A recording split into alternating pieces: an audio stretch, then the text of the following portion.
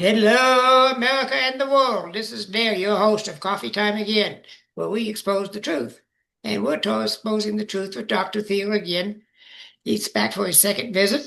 It's unusual to come back so soon, but I'm glad to have him, even though I'm on hiatus. That's all right. I promised him, and I'm going to do it. He's got an important topic he wants to talk about, beginning with one personal to me, my coffee, which I don't drink that really, but I drink a lot of Pepsi. That's where my caffeine comes from. So anyway, introduce yourself, Dr. Theo, and see what we got to go talk about besides coffee. Okay, yeah, it's Dr. Bob Thiel. I'm coming to you from Grover Beach, California. We're by the coast of California. We're about halfway between Los Angeles and San Francisco. Um, I'm with the Continuing Church of God. We talked about one of my books the last time I was on, had to do with Donald Trump and unintended consequences. I have a new one. It's come out about the last pope.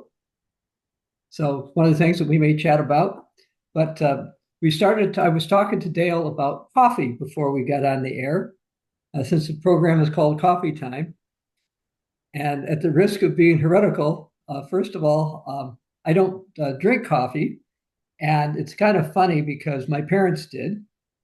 I always thought it smelled great growing up. But then when I got older and I worked in offices, they had the drippers and it would burn.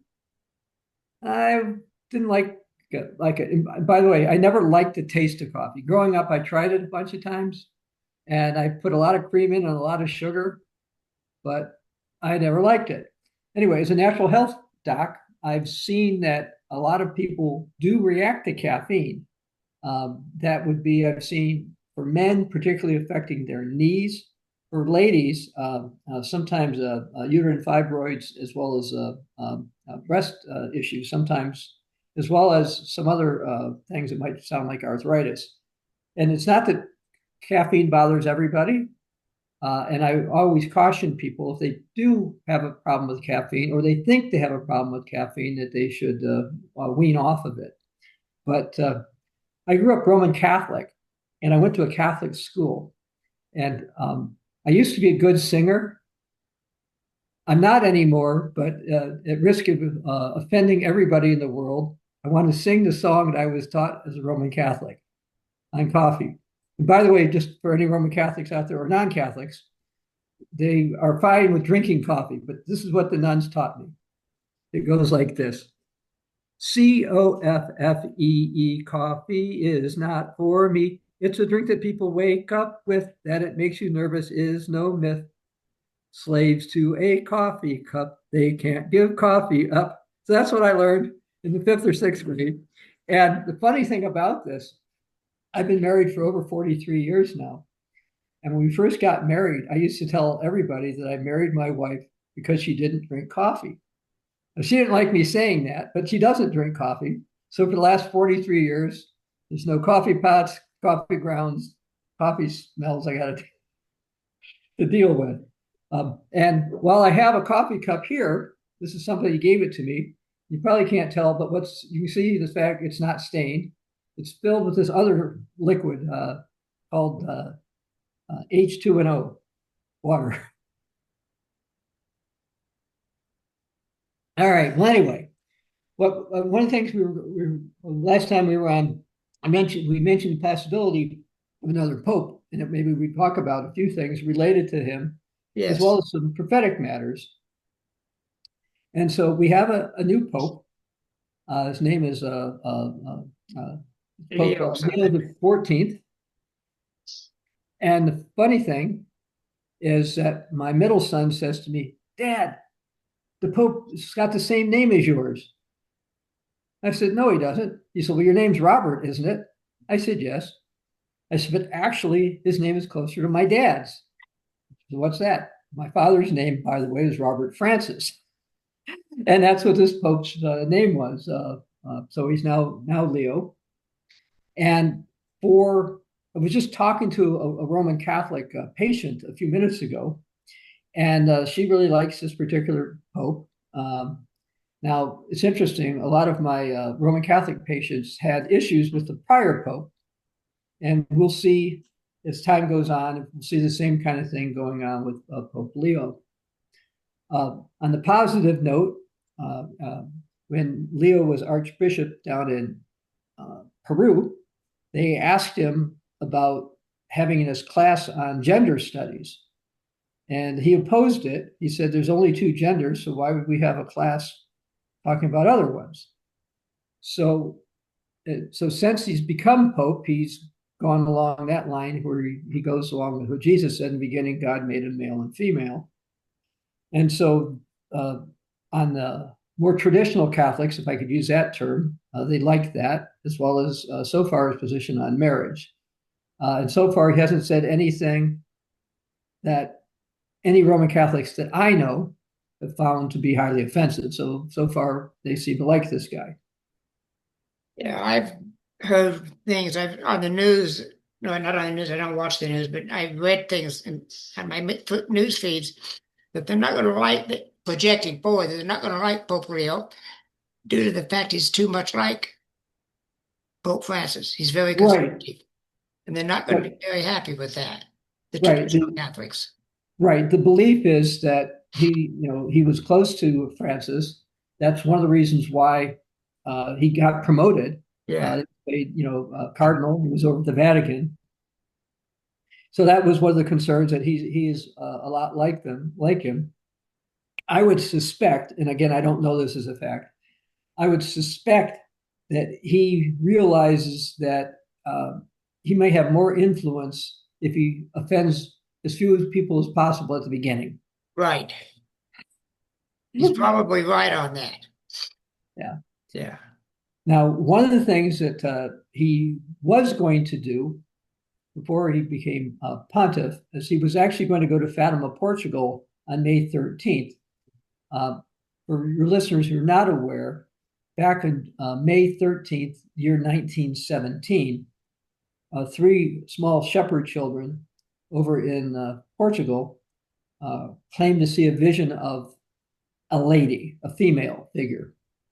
My wife and I have actually been there, and this figure showed up about once a month until October 13th of 2017. Nobody saw this lady except these three children, but on October 13th of 1917, supposedly there was something they called the miracle of the sun in the sky, and this persuaded people that this was of divine origin. Now, I don't believe it was I think it's of supernatural origin, but I don't believe that it was divine origin. And so we have a pontiff who wanted to promote this. That's something that with Francis, the first thing he did once he became Pope is he went to the Cathedral Mary Major in Rome, bowed down before it, and supposedly each time before and after he went on an international trip, he did the same thing. So he was very Marian focused on at least what we'll call it his version of Mary. And he also was big on Fatima. Now, the reason I can say that it was not from God, I'll make a couple of comments. First, contrary to popular opinion, what showed up in Fatima, Portugal, according to all the reports, never said it was Mary, the mother of Jesus. I want to start off with that. It's been assumed, but it never said that. Okay, so that's one. Secondly, and more importantly, what showed up had a short skirt. Huh? Yes, a short skirt. That's right. No female in 1917 Portugal was going on with wearing a skirt that only came to the knees. Ladies of the evening would not have gone out in public like that. Okay, at that stage in Fatima, Portugal, if you're a man, probably didn't see a woman's ankle, let alone anything higher up, unless you saw your sister change her clothes or something. It was just not. It was not done. Now, a lot of people have criticized me for telling the truth about this, but the reality is it's in the records.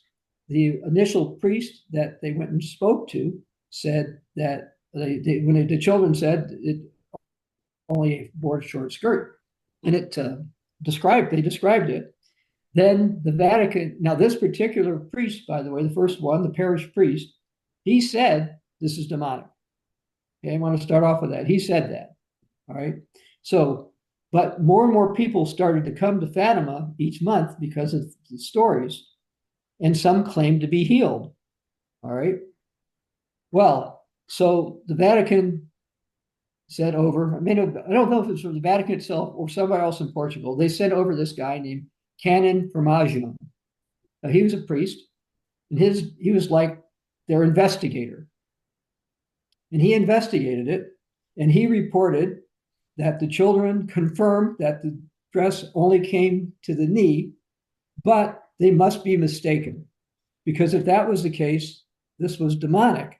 And since people liked this and people reported being healed and having spiritual experiences there, he promoted it, even though he was told by the only three people who claimed to see the lady that it had a short skirt. Now, to add to this, turns out my wife and I were, when we were in Fatima, the hotel recommended some restaurant to us. So we went over to this restaurant and we got there I think about 5 o'clock. Well, it was closed. And turns out that it was supposed to open at 5:30. Well, it was right across the street from the cemetery. Now, I'm really not in the habit of visiting cemeteries. I don't know about you, but I wasn't. No, not my thing. Yeah, it wasn't my thing either. But this one was kind of a divine coincidence, perhaps. It was supposed to have been locked and closed, but apparently they hadn't closed the gate. So my wife and I walked in. And we walked around and we saw different graves, and some were very small and some were very elaborate. Well, anyway, for the priest, I think his name was Ferrero, he had maybe a very small marker someplace. But for Canon Formaggio, the one who promoted Fatima as a big thing, they had a nice, big, fancy mausoleum, which he could not have afforded under a vow of poverty, I can tell you that. And so that made an impression on me at the time. Well, getting back to Pope Leo, he's also promoting Fatima. Now, there was an Eastern Orthodox writer by the name of Peter Jackson last century who says, listen, Eastern Orthodox and Protestants, the Roman Catholics are promoting this type of a Mary. This is not the Mary of the Bible. This more or less suggested this could be a sign and lying wonder, and don't fall for this. But the current pontiff again has did a couple of Marian things and had wanted to go to Fatima. So that is a concern one of the many concerns I have about him. Mm. Yeah, I had not heard all of that about Fatima. I've heard just the Catholic side a lot more because I was christened a Catholic very young and went to Catholic school until second Me grade. too. Yeah, when I kicked the nun in the shin with steel-toed boots. She I hit me didn't with even the do that. ruler. She hit me with the ruler. I'd done something, Lord knows what. I was only second grade. She hit me across the knuckles with the ruler, and I just turned my seat and kicked her, and I had steel-toed boots on. That was my last day Well, at Catholic school. I had one slam the ruler next to me. I don't, I, I don't know if I was ever hit by a nun. It's possible because back in our day, by the way, just to let your listeners know, even in public school, you could get swatted. Yes, I did a few times. Right. It happened. It was terrible. I was sitting by a couple of guys who were causing trouble, and the teacher thought I was involved, which I wasn't, by the way. And he called us all up and gave us all swats in front of everybody. It didn't really hurt, but they used to do that back then. But yeah, I did not get kicked out of Catholic school, Well, unlike my you. parents took me out. They didn't kick me out, but my parents took me out. Okay. So you've got that new book out, The Last Pope, Yes. and that's based on your research, I'm assuming. Yeah. Well, it's why we've got a question mark whether he's the last one or not. Um, I was mentioning demonic influences, and so there was a archbishop by the name of Malachi from Ireland. Mm-hmm. And in the 12th century, he decided to go down. I think it was the year 1139. He went down to the Vatican to talk about some stuff. Before he got there, he knelt down on a hill over in Rome and he claimed to have a vision. And in the vision, he wrote down 112 short statements in Latin.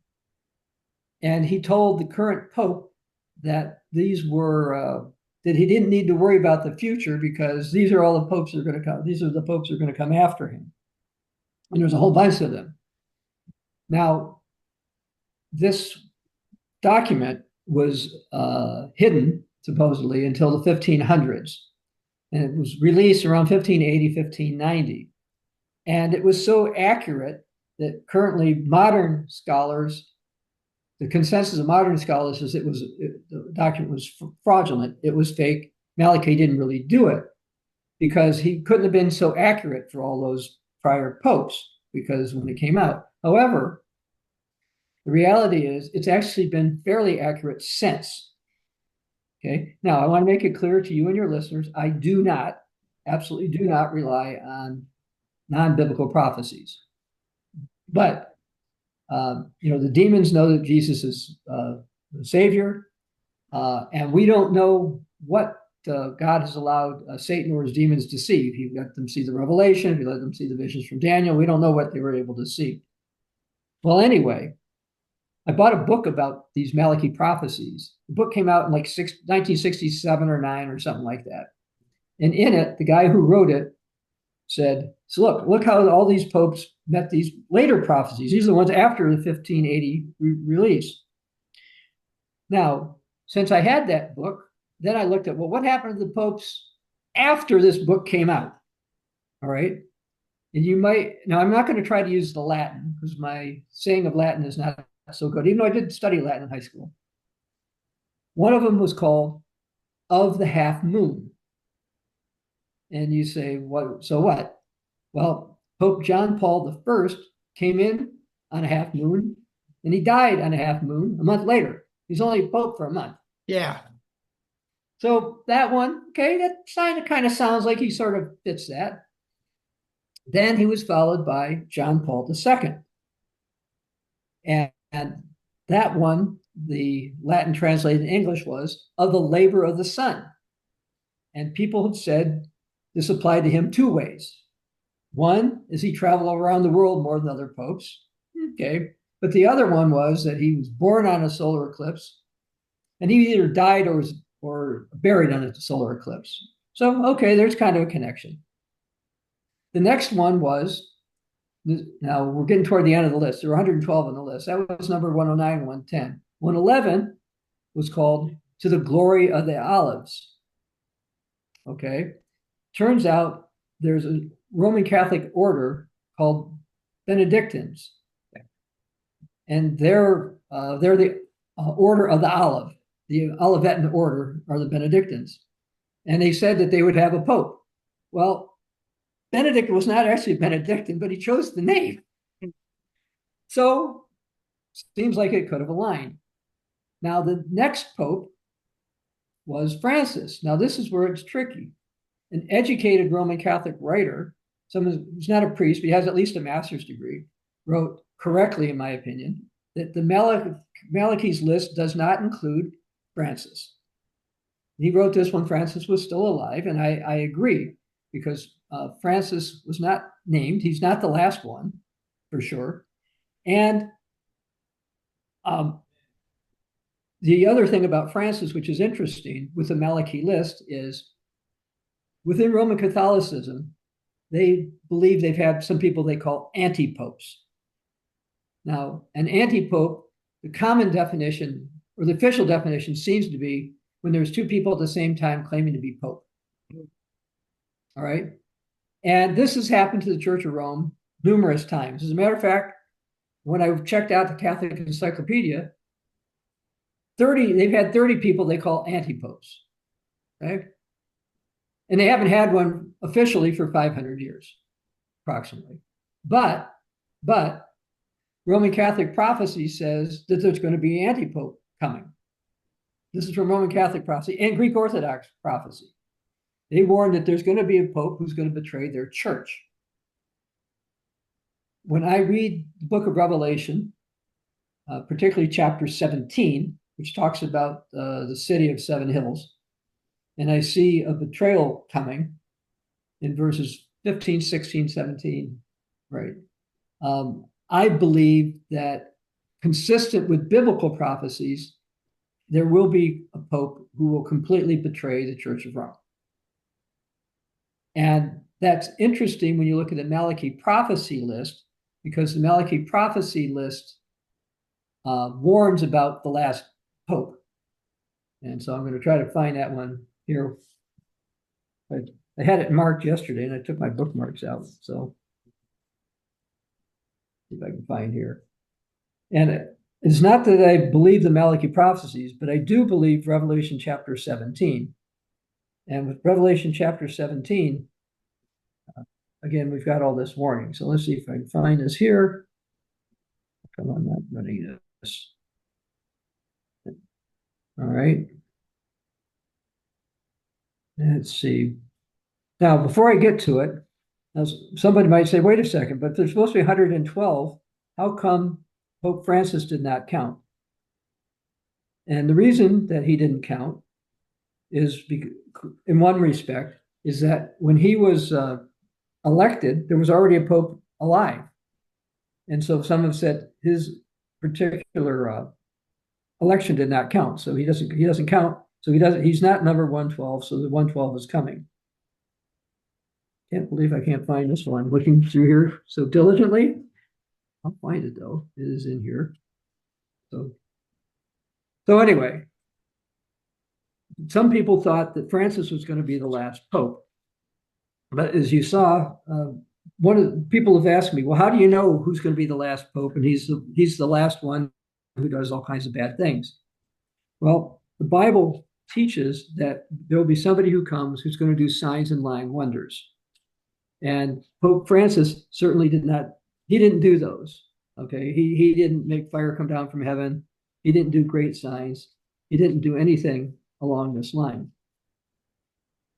Now, I've got to where, one more page. Why am I not finding this? Okay, I want to read something from Euronews, because Euronews talks about the Malachi prophecies and the last pope. Okay, so I'm reading this. It says, according to a 900-year-old book in the Vatican, Judgment Day may be upon us soon. According to the 12th century book credited to Irish Bishop St. Malachi, it's going to take place in 2027. The book contains a series of Latin phrases in 112 mysterious sections, which purport to predict the Catholic popes, beginning with Celestine II up to the Church's current leader. One passage attributed to Pope Sixtus V reads, Axel in the midst of a sign. Pope Sixtus' tenure began 442 years after the first pope's rule, and the passage suggests he's in the middle of the papal lineage, thus indicating the end of the world will come 442 years later in 2027. Now, by the way, I don't believe that. I'm just going to go further, okay? All right. Then in this article, they quote what Malachi wrote about the last pope. And that's what I was looking for in the book, and I want to read it. In the final persecution of the Holy Roman Church, there will reign Peter the Roman, who will feed his flock among many tribulations, after which the seven-hilled city will be destroyed, and the dreadful judge will judge the people, the end. And the article afterwards says the seven-hilled city refers to Rome. So there's Roman Catholic prophecy that the end is supposed to come, according to Malachi, with the last pope. Now, as far as this 2027 thing goes, I want to make it absolutely clear. I do not think that's possible. I don't think that looking at Malachi's list and saying the pope who was 442 years ago, that meant he said the end was coming 442 years later. I didn't see that from there. Others didn't see this. This is kind of like, you hear people who say Nostradamus made this prediction, that prediction, whatever. When you read it, it's like, doesn't sound like that to me at all. Well, So I heard years ago that the last pope will be named Peter. well, that's based on this, Peter the Roman. And so some have said that people will, on purpose, will not use that name. But he'll be Peter the Roman some other way. Like, for example, the new Pope, he has some Italian blood. Yeah. Okay. The previous Pope was Italian. Yeah. Um, some of the people that they considered to be Pope this time, their first name was Peter, or their middle name was Peter. Yeah. So it's been generally believed that no one would go out and claim to be Peter as the last Pope because people say, oh, that means the end is coming and he's declaring the end. Yeah. So various Roman Catholic writers have said, yeah, well, that's the prophecy, but we don't think he would directly do that. Okay. Because I'd heard that the reason there has been no Pope Peter because he'd be the last one. Right. That's right. And that's consistent with the Malachy list. That's where they get this Peter the Roman, Peter. Okay, I wasn't sure about that. Yeah, that's where it comes from. I just wondering myself on what. Hey, thank you for clearing that up for me and my listeners too. So, what else is in your book? Well, we go through some of the concerns that I have about the Pope or Pope Leo, and I also go through a lot of Greco-Roman Catholic prophecies. Now, one of the reasons I do is because I don't want to be accused of Catholic bashing. Now, I still get accused of that, Yeah. but when I quote from their prophets about them having bad things happening to their church, I didn't make this stuff up. Okay.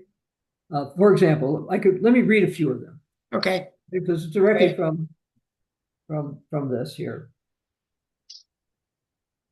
According to their Saint Gregory the Great, who died in 604, near the end, an army of priests and 2/3 of Christians will join a schism. So they're worried about a big falling away of their church at the time of the end. Here's one from their Jean Leroyer, who died in 1798. I see when the second coming of Christ approaches, a bad priest will do much harm to the church. Here's one from Melanie Matthew of the 19th century. Rome will lose faith and become the seat of the Antichrist. And here's one from Yves Dupont. He wrote the book called Catholic Prophecies. He said, prophecies are quite explicit about the election of an anti-pope. Many prophecies predict an anti-pope and a schism. And another one says a schism will break out, an anti-pope will be set up, and finally Rome itself will be destroyed.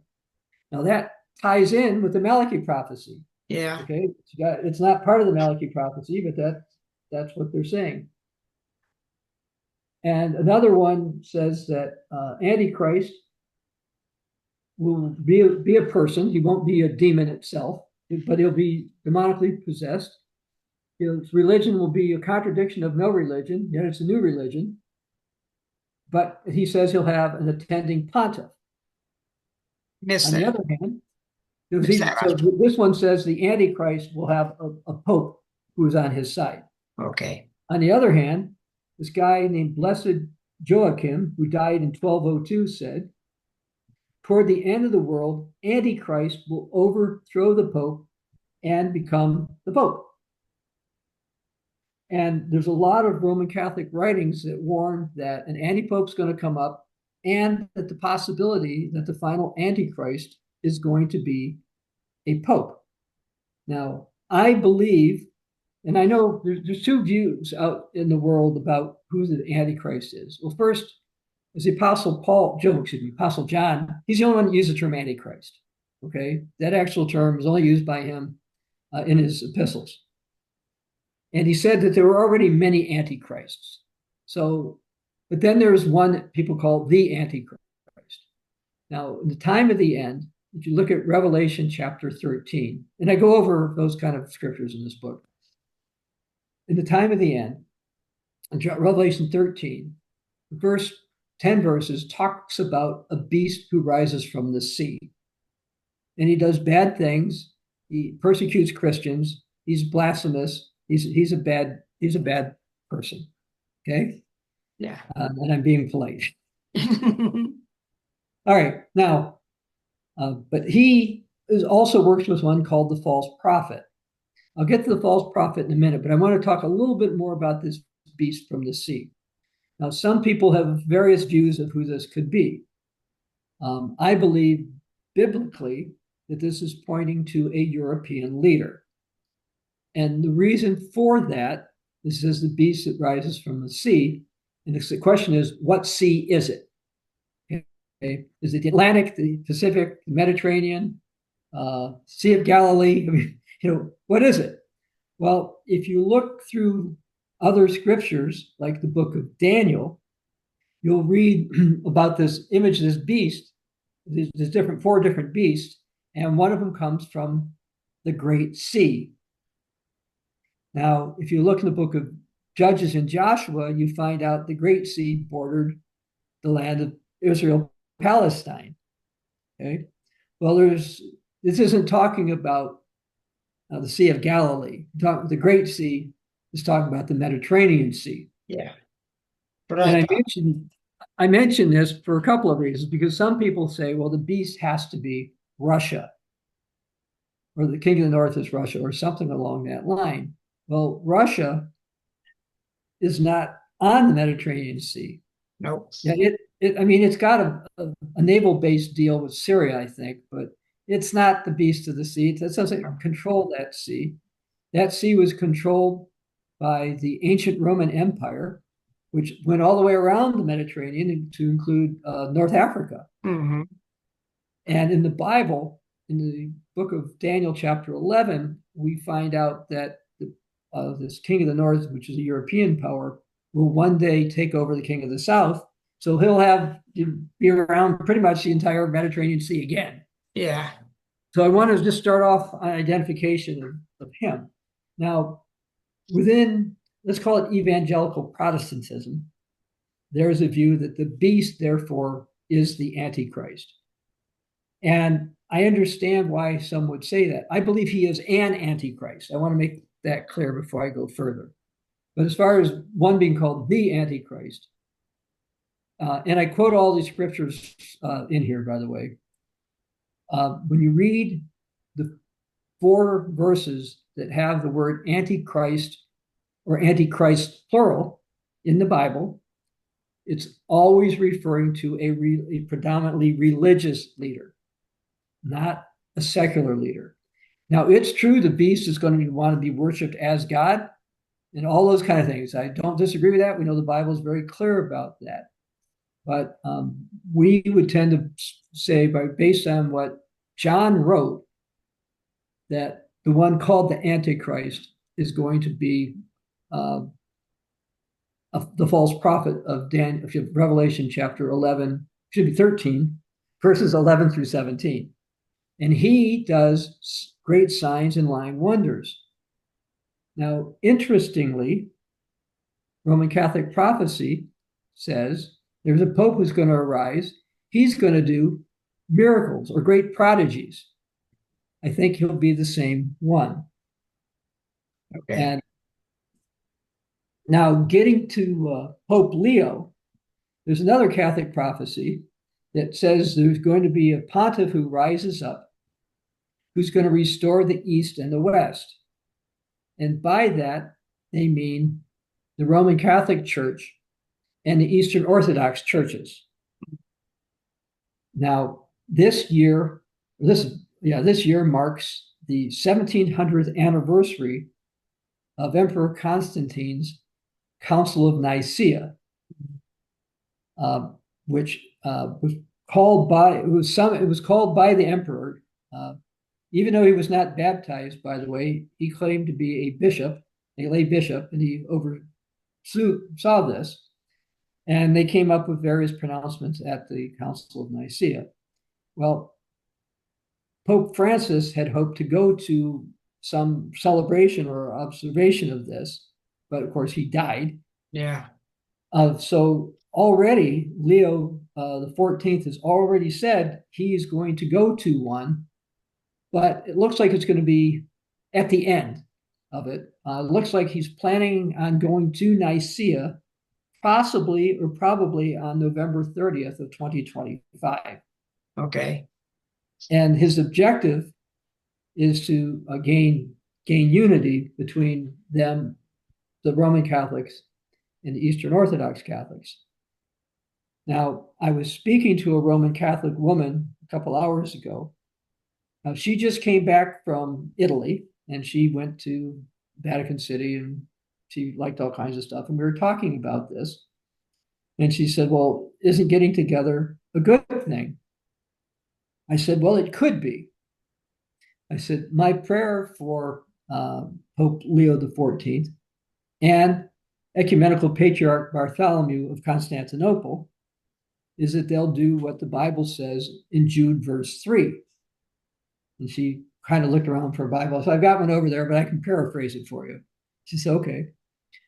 I said, it says to contend earnestly for the faith once delivered to the saints. And that's what I want them to do. But I said, I don't think they'll do that. And she wondered why. I said, well, I think compromise is what they're going to do. And I gave her some insight that your listeners would have no reason to know unless they read some of my work. Back in 2008, my wife and I decided to, on a trip to Turkey, also go to the headquarters of the Eastern Orthodox Church, if you want to call it their headquarters. It's in Istanbul, which used to be called Constantinople. And what was almost funny is, unlike Vatican City, where everybody knows where it is, we couldn't find a taxi driver who knew where this was. So the GPS wasn't as good as it is now, and people didn't have cell phone. We didn't have cell phone, and nobody could really find it.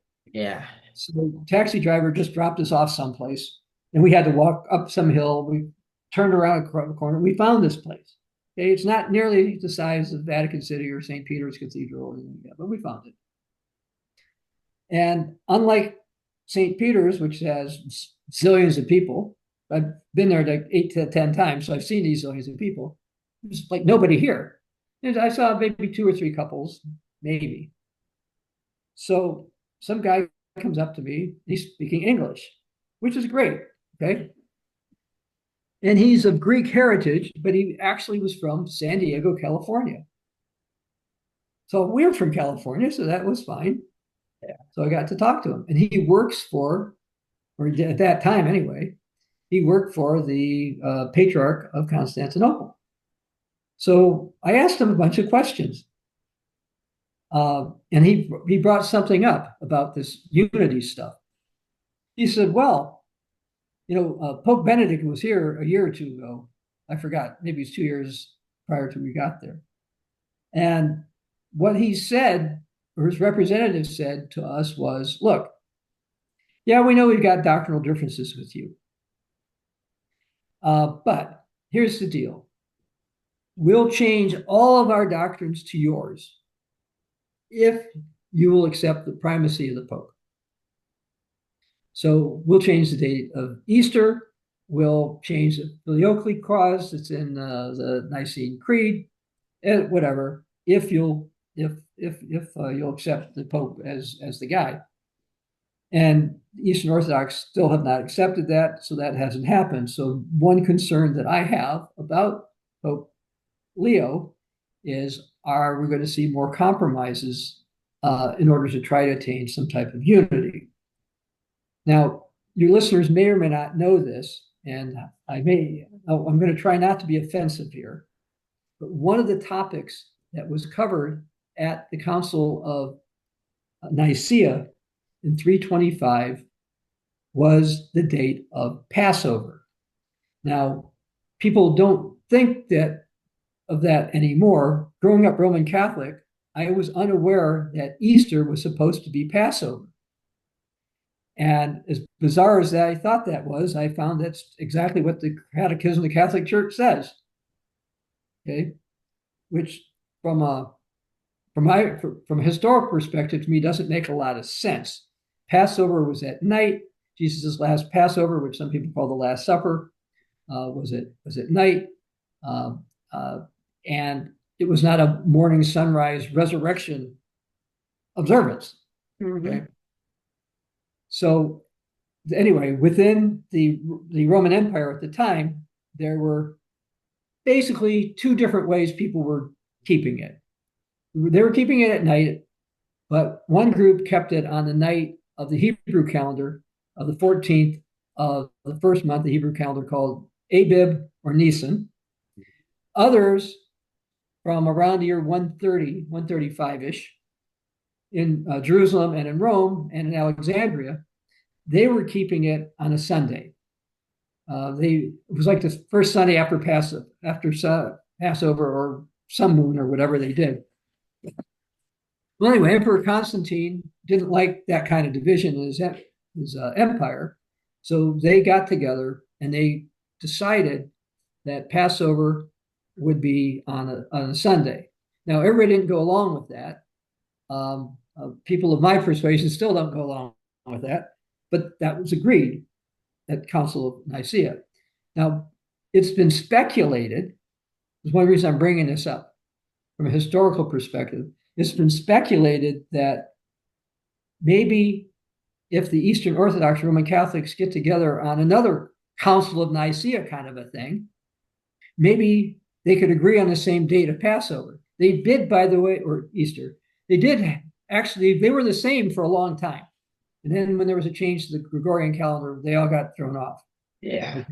So but this year, 2025, they were the same. That's the first time they've been the same in a few years. Every now and then they fall on the same day.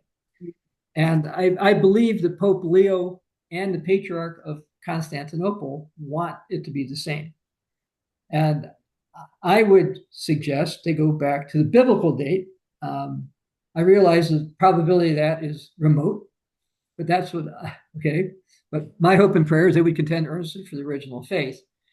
But we might see them agreeing on a new date or a mutual date, I guess I could call it, for Easter. Okay, rather than be a static date, rather than what we have now. No, not a static date, but one where they use the same calendar, because the Eastern Oh, Orthodox have it usually coming a few weeks later. oh, okay. Yeah, no, they're not going to pick a static date. They want it on a Sunday. Yeah. And Okay. so it can't be like Christmas, which is most people who observe it keep it on the 25th of Yeah. December. Right. The Eastern Orthodox use a date in January, but that date for those faiths doesn't change. It's always that date. Yeah. But because the Council of Nicaea declared Easter/Passover would be on a Sunday, it'll be on a Sunday, and All right. again, so that's probably what they're going to do. Okay. And I figure out when Easter's coming in 2027 for me yeah, right now. yes, for 2026 or 2027, right? Yeah, I could And figure it out. Although yeah, I've seen the formula to do it, but it doesn't work for me. I'm not very good at those sort of things. well, in all due respect, you're not the only one.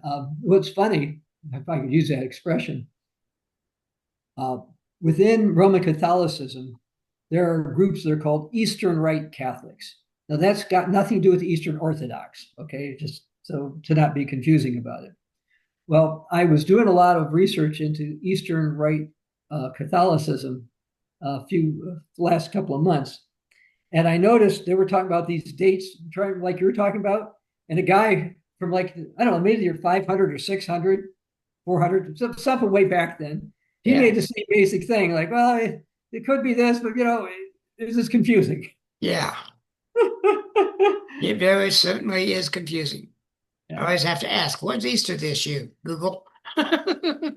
Well, we in the Continuing Church of God use the Hebrew calendar.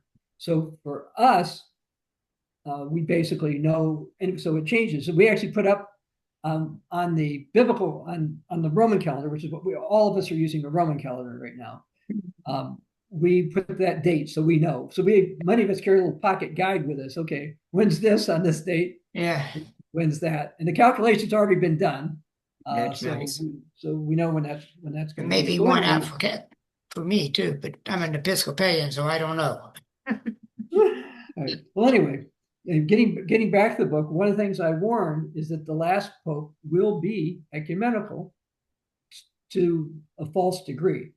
I believe the last pope is going to be a false pope, in that sense, an anti-pope. Mm. And Now, what's interesting about the term anti-pope is that Pope Francis kicked out several priests, including one or two this year, for Yeah. calling him an anti-pope. They called him an anti-pope because of his position on, let's say, LGBTQ things, Yeah. him not following certain traditions that they like, making some other statements that they couldn't square with the Catechism of the Catholic Church. Hmm. So they called they called him an anti-pope. And while he was pope, by the way, Time Magazine put out a cover article that said, "Is the Pope Catholic?" Uh, Yeah. if you grew up Roman Catholic like I did, you knew that was a joke. If something was certain, the joke was, "Is the Pope Catholic?" Because Yeah. that was the answer. But many people wondered about Francis. Now, I felt that Francis was helping set the stage for the last one.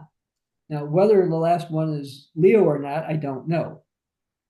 But the last pope, in my opinion, will pretend to be Roman Catholic, Hmm. but he'll change the religion because we see that false prophet is going Yeah. to get people to worship the beast. Okay, and it says all the world will worship the beast except those whose names are written in the Lamb's Book of Life. So, Right. other than true Christians, people are going to worship him. And this guy, who I believe is a pope who will betray the Church of Rome, is going to get people to do this. But at first, he will pretend to be Catholic. Now, I don't know at this instant, I don't have any reason to doubt the sincerity of the Catholicism of Pope Leo because Hmm. I don't know him well enough. Now, Benedict the 16th, by the way, when he was in, I said, no, he's not the final Antichrist any more than Martin Luther was. He's not. Oh. Okay. But, but since then, Francis, I have always had doubts about his beliefs in Catholicism. And with Leo, we don't know yet. Yeah. But the last one will eventually get some kind of demonic power. Hmm. And some of the Roman Catholic prophecies suggest that first this person won't have power, or do miracles, or signs and lying wonders, whichever terms Yeah. you want, at first. So I haven't eliminated Pope Leo the 14th as this Hmm. one, uh, but I can't confirm it either. So I'm not sitting here to say for sure he's the last one, because it makes sense with the Malachi prophecies if you don't count Francis that he's it. Yeah. But getting back to the Malachi prophecy list, uh, the Catholic Encyclopedia of 115 years ago or whatever said that Malachi never said there was nobody between number 111 and 112, and there could be more.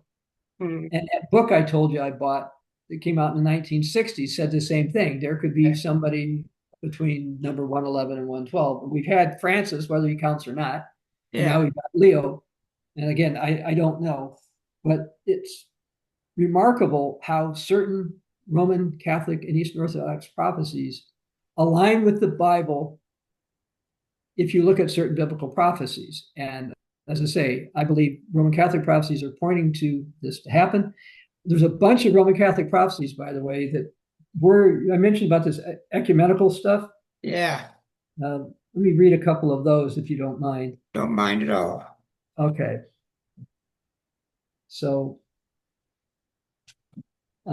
here's one that says that this came from the 1700s from a Jesuit. At the time when the world seems doomed, God will intervene. Great ruler will restore stolen church property. Protestantism will cease, and the Turkish Empire will end. With the aid of the Pope, he'll introduce new rules and ban the spirit of confusion. Everywhere there will be one fold and one shepherd. Okay?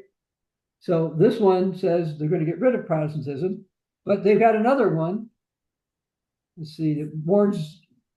Here's another one. Kind of the opposite. You got so some of these Catholic prophecies somewhat partially contradict. Here's one: the errors of orthodoxy and Protestantism will be embraced by that false church. It will be an ecumenical church because the anti-pope will be recognized by the world. By the way, this came from a Roman Catholic priest, okay? But not by the faithful. The anti-pope will be recognized as the legitimate pope of the church and a legitimate head of the Vatican state. That church will be united with all false religions. So they're working on what you've heard called a one world religion. Yeah. And this is within Roman Catholic prophecy. Now, what's bizarre about Roman Catholic prophecies, and I have them in here, they say that the Hindus and the Asians are going to come into the faith. Okay?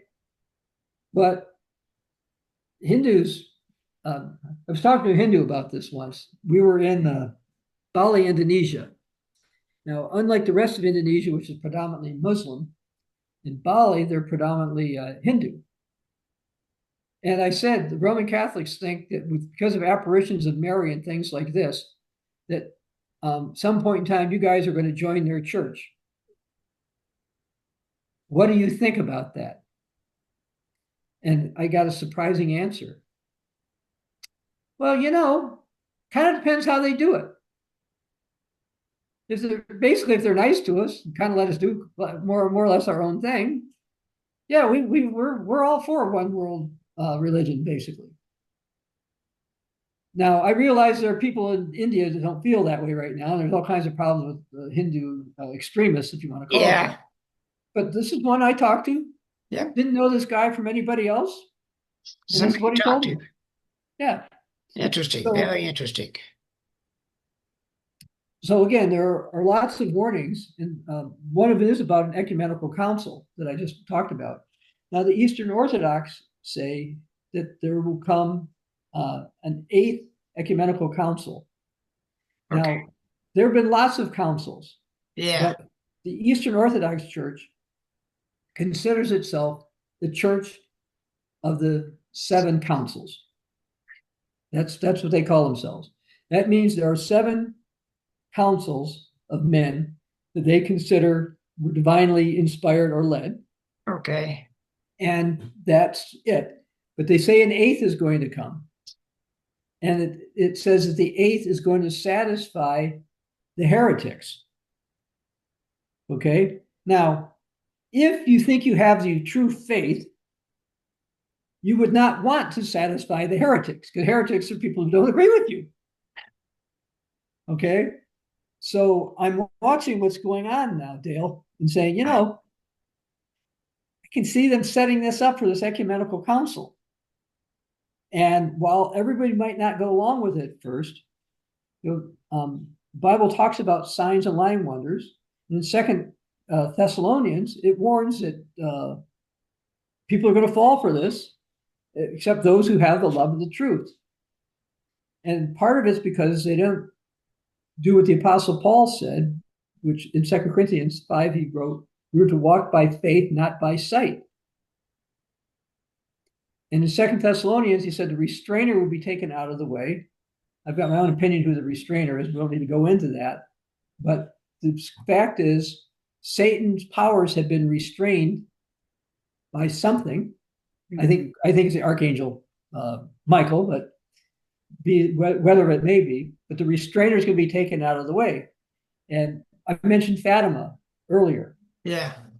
Okay, so you had 3 little kids who saw something. All right. But what if instead of that, there's actually some female, we'll use female figure, like a Marian figure out in public that is clearly not human. Okay? No. What if people see that? People will say, well, this is real. And will they fall for it? I think at least temporarily, people will. And that's why we see scriptures warning us in Revelation 13 that all the world will worship the beast.